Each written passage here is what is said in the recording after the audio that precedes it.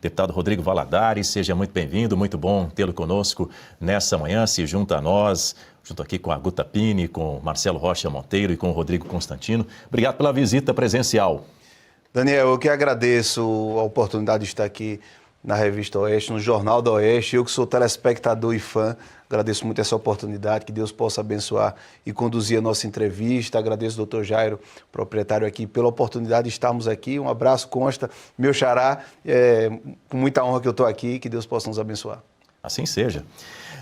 Deputado, a gente tem acompanhado aí uma movimentação da direita, especialmente do Partido Liberal, do seu partido, ali na região nordeste do país, em busca de alianças, fazendo algumas alianças, algumas que inclusive têm sido contestadas dentro do próprio grupo da direita, dentro do próprio Partido Liberal, como essa situação que acontece lá na região lá em Fortaleza, né, lá no Ceará, no estado do Ceará, onde a ex-primeira-dama Michele Bolsonaro contestou o apoio do seu colega parlamentar, do André Fernandes, lá do Ceará, à candidatura do Ciro Gomes. Enfim, há todo um imbróglio aí, uma divergência entre a Michele Bolsonaro e o Flávio Bolsonaro, que veio à tona agora há pouco. Mas o fato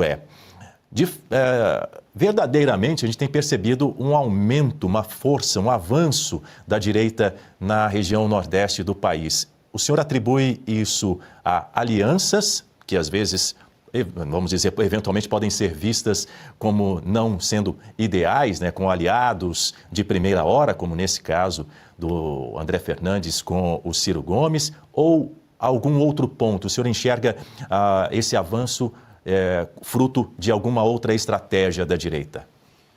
Daniel, primeiro eu acho a pergunta excelente, eu acho uma ótima oportunidade para a gente esclarecer um pouco para os nossos telespectadores, seguidores, o que é que está acontecendo no Nordeste. Eu acho que essa é a grande curiosidade, principalmente eu vejo os meus amigos do Sudeste, meus amigos do Sul.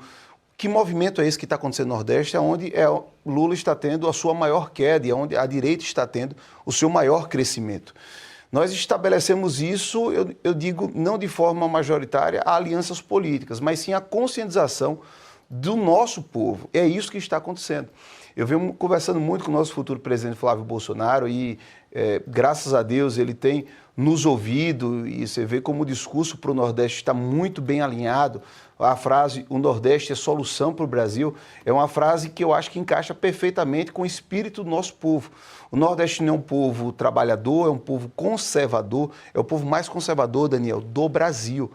E é o voto mais fácil da gente migrar para a direita, porque o nordestino já tem os nossos valores.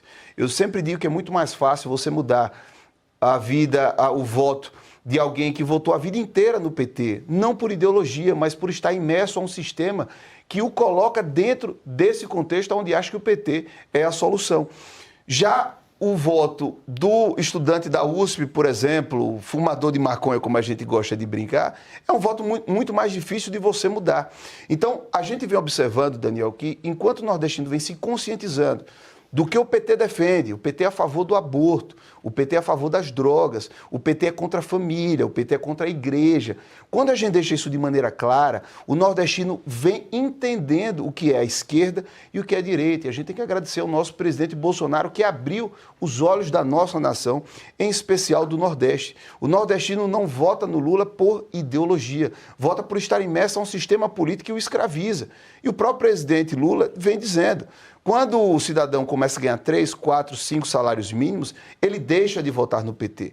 E esse é o interesse do PT e das elites políticas nordestinas de manter o nosso povo na pobreza.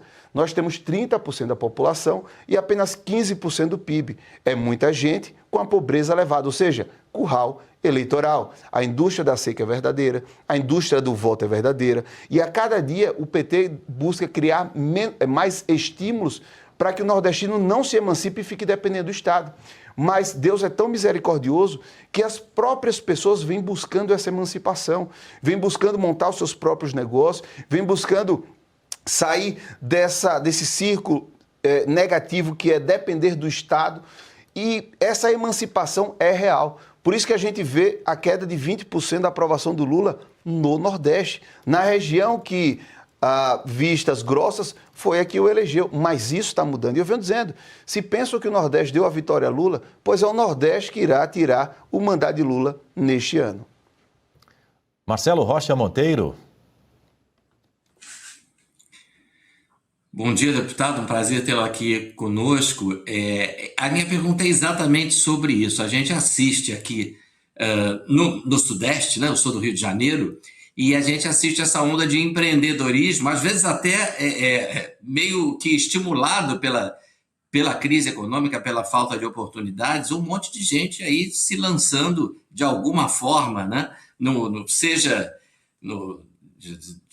de motoboys, enfim, o sujeito quer fazer alguma coisa para que, né, por sua própria iniciativa, ele possa melhorar a situação econômica. E a minha pergunta isso também acontece no Nordeste e o senhor atribui a isso a possibilidade de um quadro diferente no resultado das próximas eleições, com relação ao PT, né, que eu concordo inteiramente com a sua análise, né, o PT não quer emancipar ninguém no Nordeste, ele quer escravizar, né? Mas essa onda de empreendedorismo também se verifica na região Nordeste e pode contribuir para a mudança desse cenário? Olha, Marcelo, excelente pergunta e com certeza. Eu acho que o Nordeste vem passando por um excelente momento e isso tende a melhorar. E eu vou dizer que não pelo governo, é apesar do governo. O Nordeste está conseguindo vencer apesar de um sistema que deseja escravizar a nossa população. O ICMS do Nordeste, dos estados nordestinos, é o maior do Brasil. Vejam a loucura que tem que acontecer. Quando vai importar algo para o Nordeste, desce primeiro em Santa Catarina, que tem as isenções fiscais, para depois chegar ao Nordeste. Você tem um Nordeste que é muito mais próximo dos Estados Unidos, da Europa, da África, muito mais próximo dos mercados globais. Então, vejam que é do interesse das elites manter o nosso povo na miséria, manter o nosso povo na pobreza, manter o nosso povo dependente. Onde é que o Nordeste vem mudando e as pessoas às vezes não entendem isso? Onde é que está o voto da esquerda no Nordeste? Primeiro nas elites, porque as elites nordestinas, os grandes empresários, eles vendem para o governo. Então eles fazem parte dessa massa que apoia Lula. As elites, funcionalismo público, juízes, promotores, são todos petistas no Nordeste. Essas elites são as elites mais difíceis de você mudar o voto. Agora você tem a massa que vota por um sistema que o levou a votar. O empreendedorismo no Nordeste é real devido a alguns fatores. Primeiro, a evolução tecnológica. As redes sociais têm contribuído muito por isso. As pessoas só conseguem querer aquilo que elas podem conceber. E quando elas começam a ver que existe uma outra vida, que não aquela vida dependendo do vereador, do prefeito, do deputado, do político, como há 100 anos vem escravizando o nosso povo, as elites nordestinas, o nosso povo começa a perceber isso. E aí começam a migrar para o Uber, começam a migrar para a entrega de aplicativo, começam a migrar para montar os seus próprios negócios, salão de beleza, cabeleireiro. O voto da direita está aí. É esse o eleitor majoritário da direita, é o eleitor que mora na periferia, no Nordeste, é o eleitor das grandes cidades do interior do Nordeste. Esse eleitor é que está migrando em massa para a direita, aonde estamos com dificuldade ainda.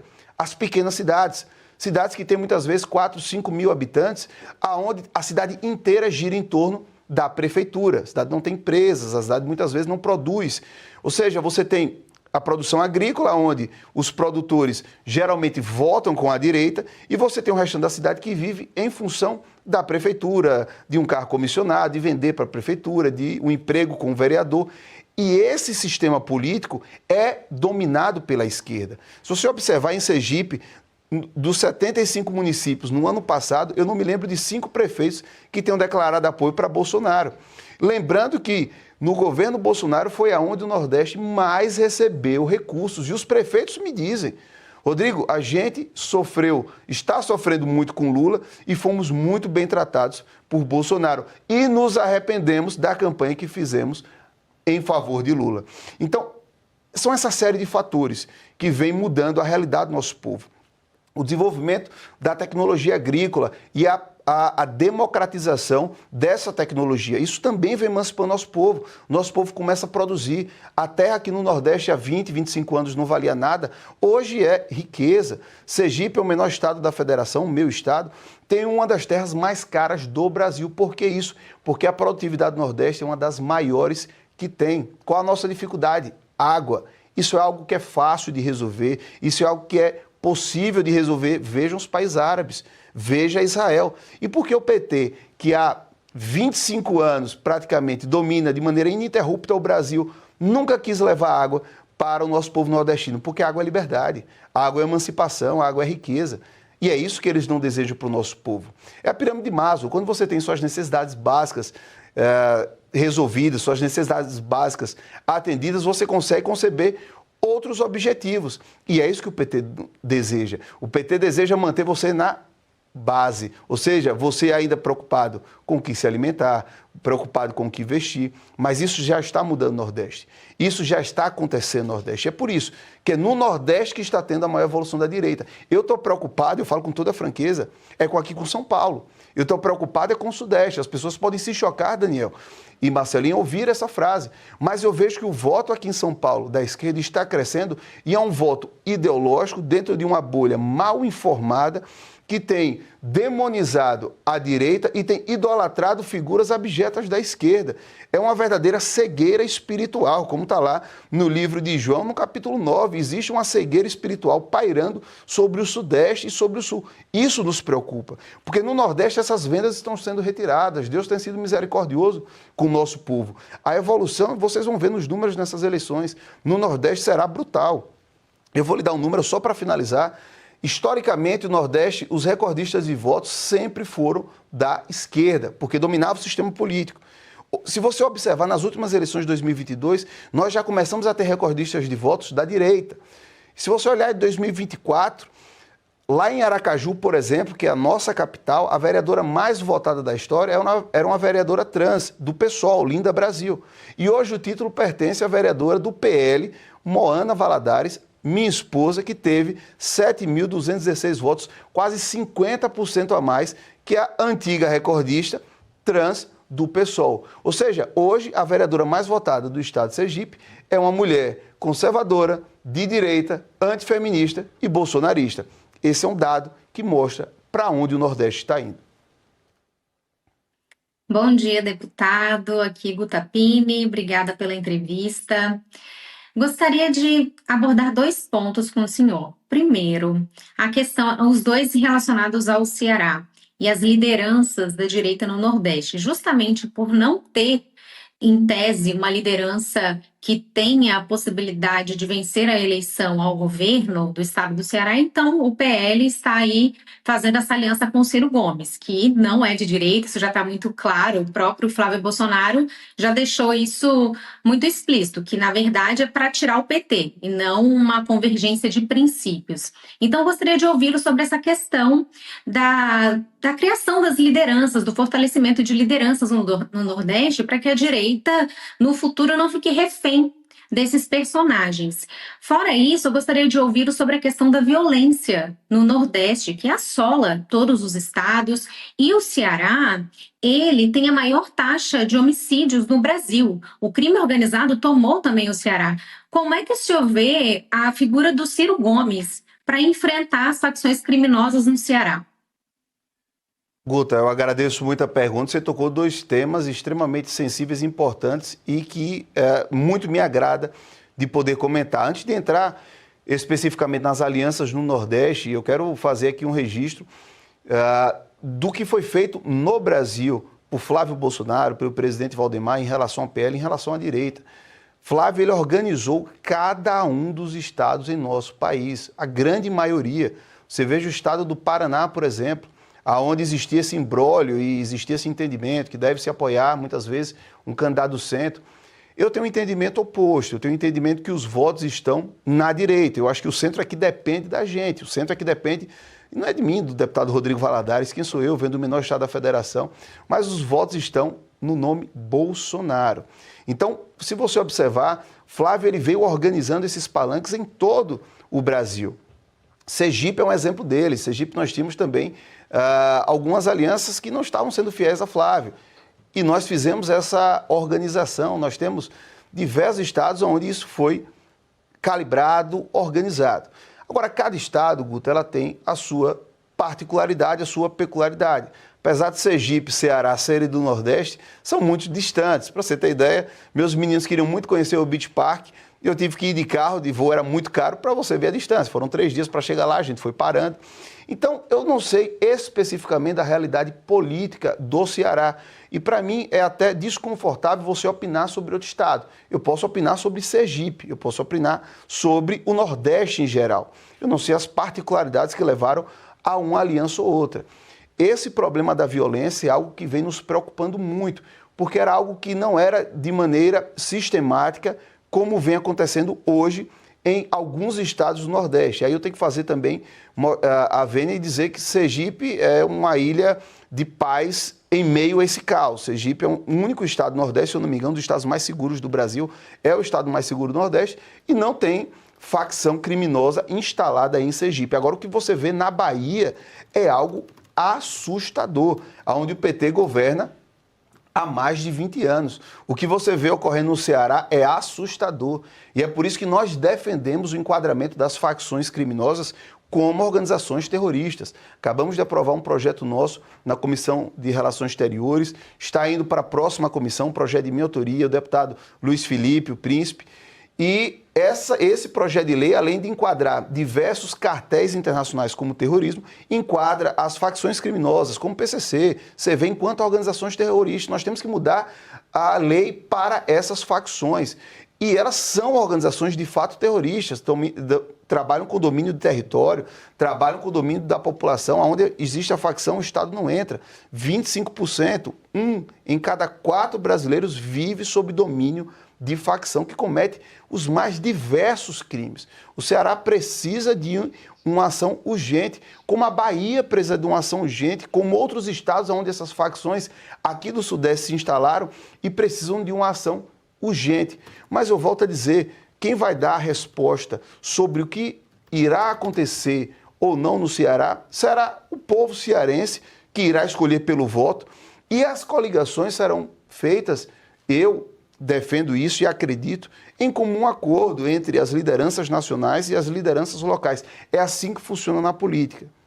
A liderança local tem um filtro, a liderança local tem a vivência da realidade, a liderança nacional tem a direção geral.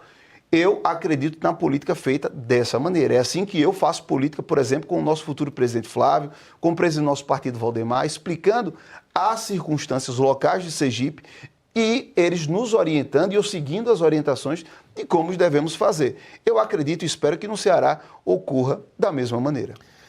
Deputado Rodrigo Valadares, do PL de Sergipe, muito obrigado pela gentileza. Aproveito para agradecer também a grande audiência da Oeste em Sergipe, Aracaju. Um abraço a todos vocês. Muito obrigado aí pelo carinho da audiência conosco aqui na nossa revista digital também, né? E também no nosso canal oficial no YouTube. E tem muita gente que nos assiste também pelos canais da Oeste TV, no 2045 na Samsung TV Plus e também no 215 na Oi TV. Um abraço, portanto, a todos os sergipanos, todo mundo em Aracaju, na capital de Sergipe também. Obrigado pela visita. Volte sempre. Daniel, que honra e que honra ouvir, né, o nosso estado aqui de Sergipe ser mencionado aqui na Revista Oeste, ser mencionado por você. Guta, Marcelo, obrigado também pelas perguntas, pela oportunidade. Que Deus abençoe a vida de cada um de vocês, que Deus possa abençoar a cada um de vocês que estão nos assistindo. Saiba, o Nordeste não é problema, o Nordeste é a solução para o Brasil. Eu creio que é do Nordeste que virá o desenvolvimento, a prosperidade para a nossa nação.